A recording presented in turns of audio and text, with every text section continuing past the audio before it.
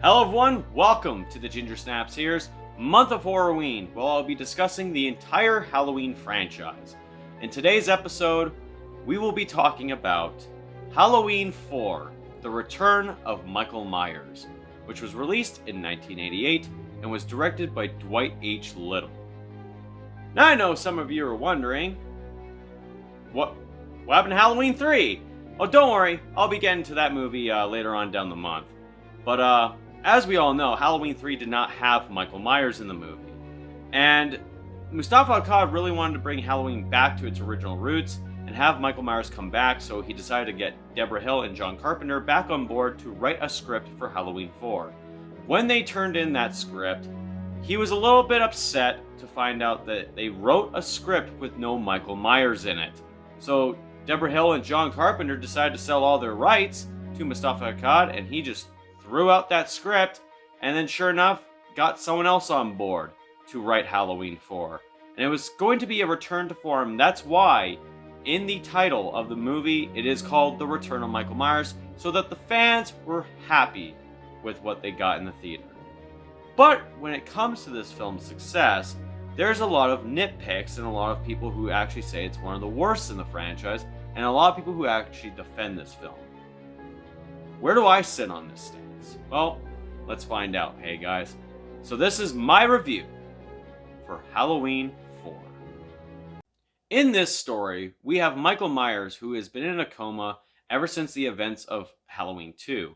Now, keep in mind, Halloween 2 was set in 1978. It's supposed to take place the same night, even though the movie came out in 1981. Anywho, Michael Myers, of course, in a coma ever since then, is about to be transferred back to Smith's Grove. And during his transfer, he escapes. And he sets his sights back on Haddonfield, not to go after Jamie Lee Curtis's Laurie Strode, but instead to go after Jamie Lloyd, the daughter of Laurie Strode, who is played by Daniel Harris, who is living with a foster family. And of course, he is going to recreate the carnage he made 10 years prior on Halloween again. For a story like this, especially for an anniversary, the 10th anniversary of Halloween, it's a very solid story. I mean, I have to give props to the writer himself. He even admitted in so many behind-the-scenes footages that he was facing a writer's strike, so he had 11 days to write this script. And he knocked it right out of the fucking park when it came to this story. And of course, when it comes to the anniversary of Halloween, and of course, having Michael Myers come back after 10 years, it was a very fitting type of scenario to come back with in the Halloween franchise after Halloween 3 took a departure. So when it comes to this story, it's not too bad of a story at all. Before I talk about anything else other than the story, I have to talk about the opening of this fucking movie. The opening is the most Halloween-esque opening I've ever seen. It's one of the best. I know a lot of people have problems with this movie, but they never shit on that opening. That opening with the farmland, all the scarecrows, the pumpkins all over the place, the Halloween atmosphere, the fall atmosphere of that fucking opening is just so damn great to see. And it gets you in the mood to watch Halloween when you see an opening like that. It's one of the best, and it just fucking nails it. Especially with the title font in this bright orange font. It just pops. It looks great. You know you're watching a Halloween movie when you see that opening. First things first, when it comes to the characters, we have to establish the fact that Jamie Lee Curtis is not in this movie. She did not want to come back to the Halloween franchise at this time, so they had to establish new characters, new stars. So one of the characters that you actually grown to love in this movie is Rachel Crothers, played by Ellie Cornell. Now, she is, of course, the stepsister or the adopted sister of the lead of the movie, and she's kind of a bitchy all about herself and everything like that. But of course, she has this great character arc where she's all about herself until Michael shows up, and then she starts caring about Jamie so much and does anything she can to protect her. Ellie Cornell was one of those girls next door. You could definitely tell it with her performance in this movie. She is someone that you absolutely love. She's one of the most lovable characters in the Halloween franchise and a great addition to this film and this franchise. One hell of a character. I can't give it enough praise. But of course, the star of the show, Jamie Lloyd, played by Daniel Harris at a very young age. Now, even when I had seen this movie for the very first time to just recently for this review, she still stuns me as one of the best child performers in history. Like, this movie is one of the best Daniel Harris movies of the Halloween franchise that we have. She plays the role so damn well. You're not even convinced she's even acting. She's such a professional. She's so good at what she does that it's just one of the things that you just love about Halloween 4. With her fucking performance, you feel her sadness, you feel her terror, you see what she's going through, and everything that happens with her in this movie, you hope she survives, and you care about her so much.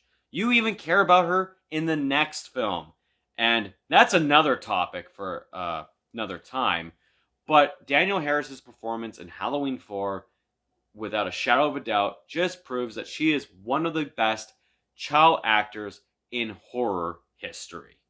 And of course, with the addition of Michael Myers coming back, Dr. Loomis came back, of course, portrayed by Donald Pleasence again. Donald Pleasence really gave so much love to the Halloween franchise that he would even look at Mustafa Kar when he asked him, like, when do you think you'll be done? He's like, oh, I think I'll stop at 22. He loved this franchise, and the fact that he was coming back again to do Dr. Loomis again was obviously, money, right? But at the same time, he really loved playing this character.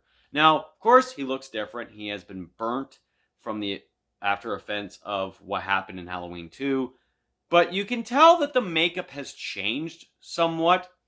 Even his demeanor, even in the movie this time, like, he really is set on making sure Michael Myers does not return back to Haddonfield. And when he breaks out again, it's just like, well, fuck, here we go again.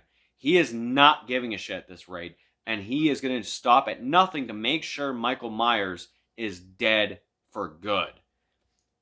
Again, another great performance from Donald Pleasence. This guy just knew how to do this character so damn well. And Halloween 4's Dr. Loomis is still one of the best, if not the best. But that's a lot of people's opinions on that. I still think his personal best was the first Halloween.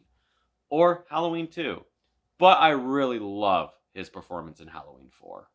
Now let's get to the main focus of this movie. The reason why people went flooding back to the theaters.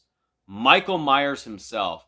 This time portrayed by George P. Wilbur. I know there was another actor who played him, but the behind the scenes of this fucking movie was just a fucking shit show. I mean, the original actor who played him was fired midway through the production, and then George P. Wilbur came back after he was fired too. Now, George P. Wilbur, his performance as Michael is kind of unique in a weird way, but also weird. Of course, again, it's 10 years. He's been in a coma. He's super fucking strong at this rate. Now, again, when I was talking about my Halloween 2 review, it almost seems like Michael Myers was a zombie. This one seems like he was a fucking zombie again. Coming back from a coma and being able to do the things he was able to do in this movie. But George P. Wilbur did some changes that made him a little bit bigger. He put hockey pads or football pads under his coveralls, and it just looked weird. And the way he moved, it was kind of, he was gliding in some sort of a way, but also kind of still robotic in a way.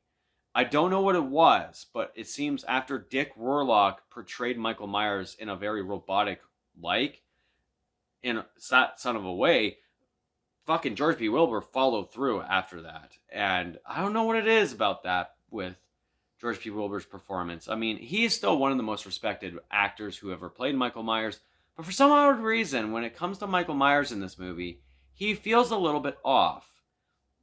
Probably has something to do with the next thing I have to talk about. That, of course, is the Michael Myers mask for this movie. This mask, honestly, as everyone already knows, just doesn't seem right. It doesn't look like a Michael Myers mask. It's so different and odd looking at the same time. And it just will never top the first film's mask in any way, shape, or form. Now, I know for a fact that they had ordered more Don Post masks for Captain Kirk. I guess they were thinking that they were already going to be customized, but when they got them, they were pink with white hair, and they decided to just do the mask right there and then.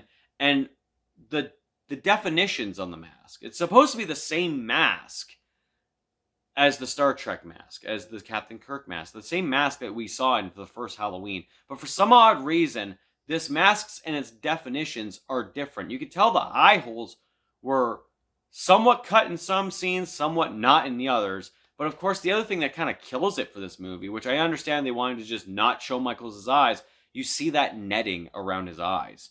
Not a lot of scenes will show it, but there are some where you could definitely see it. The mask just looks like he is constantly thinking. He's kind of confused in a weird way. It doesn't help with the hair being slicked back. It doesn't help with the eyebrows. I know this mask gets shit on a lot, but this mask has grown on me. Like, I know I shit on it in the beginning, but after multiple times of watching Halloween 4, the mask has grown on me.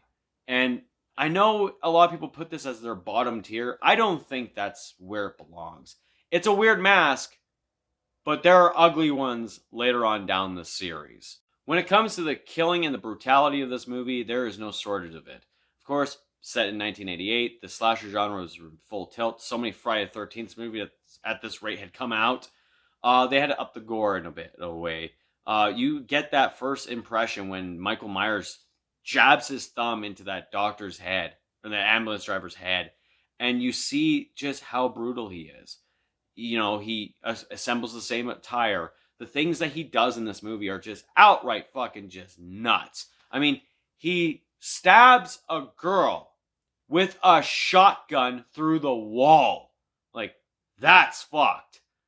And the amount of things that he goes and does in this movie with the brutality and the kills are very fucking nice. They're really good. Especially that showdown with him and Grady. Like, Grady essentially was trying his hardest to make sure he could defend Rachel and Jamie at this rate and trying to make sure they escaped. But he was fighting a losing battle. Like, he had thought he had the upper hand and, like, trying to shoot him. Didn't work. You know, he punched him. It doesn't work. And then eventually he essentially sacrifices himself. It's still one of the most badass scenes in the whole entire franchise of Grady standing up to this evil, and ultimately he had no fucking chance. The movie, with its brutality and its gore, really is a welcome addition. I know originally Mustafa Akkad did not want any gore in this, but then after seeing a rough cut of it, he's like, you know what, let's put some more gore in it. And it's a good thing they did, because the movie's brutality, the gores, the kills, everything about it are really fucking done well. Music's very important in a Halloween movie, and of course Alan Howarth did a very good job with this movie. He was brought in on Halloween 2 to co-compose with John Carpenter. And even though the synth is okay, it's not too bad, this one's actually a bit better.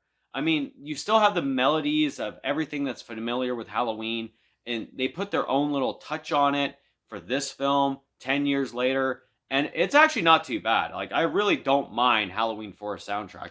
Now, I just really wish that the music app I use actually comes out with an album for Halloween 4, because then that's just another Halloween album or soundtrack that I'll be listening to throughout the month of October. It's a good soundtrack, I have to say.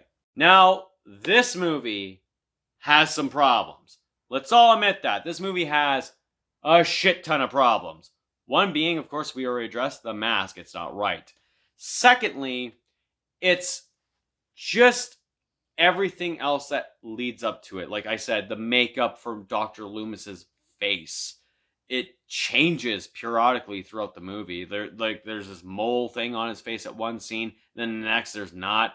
Then, of course, as we all know, there's the fuck up with the pink mask, the unconverted Kirk mask that Michael wears in a scene. We all know that scene. It's so fucking dumb. It's fucking weird how that managed to stay in the fucking movie. But hey, when you fucking see it and you're about to show it to someone for the first time who's never seen Halloween 4, that's a nice little thing to see if they recognize it. And I'm like, hey, he's not wearing the same fucking mask. That's a pink mask. It would have been great to always have. But when it comes to the movie's problems, it also has a lot to do with some of the writing, some of the direction that they go with. But definitely, one of the big problems is the finale of the movie. Michael Myers is shot to shit by the squad, the police. He is just shot all kinds to hell and falls into a shaft. And he's dead, he's done, whatever. And Dr. Loomis and Rachel and Jamie go back to the house again. And Jamie's about to have a bath and then stabs her stepmom. And apparently has now taken on the evil that Michael had. And the writer even said he wanted to have Jamie be the focus, be the killer in the next film. That is where the problem really comes out. Here it is. Fans shat on fucking Halloween 3 for not having Michael Myers. Halloween 4, you bring him back. Then you kill him off again. What was the thought process there? I don't understand it. Jamie Lee Curtis not wanting to come back probably was a good thing at this rate. But to have Daniel Harris's Jamie Lloyd now pick up the mantle and take over was a stupid decision at best. It's just mind-boggling that he still thinks to this day they should have ran with that. No. Because Halloween 5 would have been just awful, even though it was. But yeah, this movie has problems. Even the behind the scenes, there were some problems, as I've already touched on. But yeah, this movie's not quite perfect. And that's all I have to say about that. At the end of the day, Halloween 4 is still a very cherished film. A lot of people do love Halloween 4 for what it is. It's essentially the first of the Thorn trilogy, which I will get to later on. Now, of course, why do I like this movie? Why does this movie have such an attachment to me? This movie actually was the very first Halloween film in the franchise I ever watched. My mom and my dad went to Blockbuster, or I think Movie Gallery, I think it was, and we had rented 2 movies. We rented Halloween 4, and we rented Halloween 5. And we also went to Burger King, where I had gotten the Halloween Happy Meal, or the kids meal, where they sold the Dracula, the Frankenstein, the Wolfman, and the Mummy, and I got the Wolfman. Now, that was a unique experience for me to sit down with my family and watch Halloween 4. And it's one of those things, it's the one thing I definitely remember from my youth. But Halloween 4 has stuck with me for so long, and it's definitely one of the films I do cherish in the franchise. And I know there are just the problems I have with this film. It's not perfect. But to me, Halloween 4, even as an anniversary film, is still fun to watch. I know a lot of people do love it just like I do. I know some people even say that it's their favorite in the franchise. That's looking at you, fucking Harvey, horror gamer. I know you love this movie too. And to me, Halloween 4 is just a nice anniversary film that obviously gets a lot of love. Sometimes it gets some hate, but a lot of people respect it. So, for my rating, I'm going to give Halloween 4, The Return of Michael Myers, a 6.5 out of 10. So tell me guys, what do you think of Halloween 4? Is it one of your favorites in the franchise? Is it one of your least favorite in the franchise? Let me know in the comments down below. If you like this video, make sure you hit that thumbs up. Also subscribe for more spooky content this month. And don't forget to hit that bell notification just so you can get notified on the next video and every single other video that comes out this month. Anyways guys, that's it from me. This has been the Ginger Snaps Here's Month of Horror-WEEN. I am Stephen Harold, and the next video we will be talking about Halloween 5, The Revenge of Michael Myers. Take care, and remember, everyone's entitled to one good scare.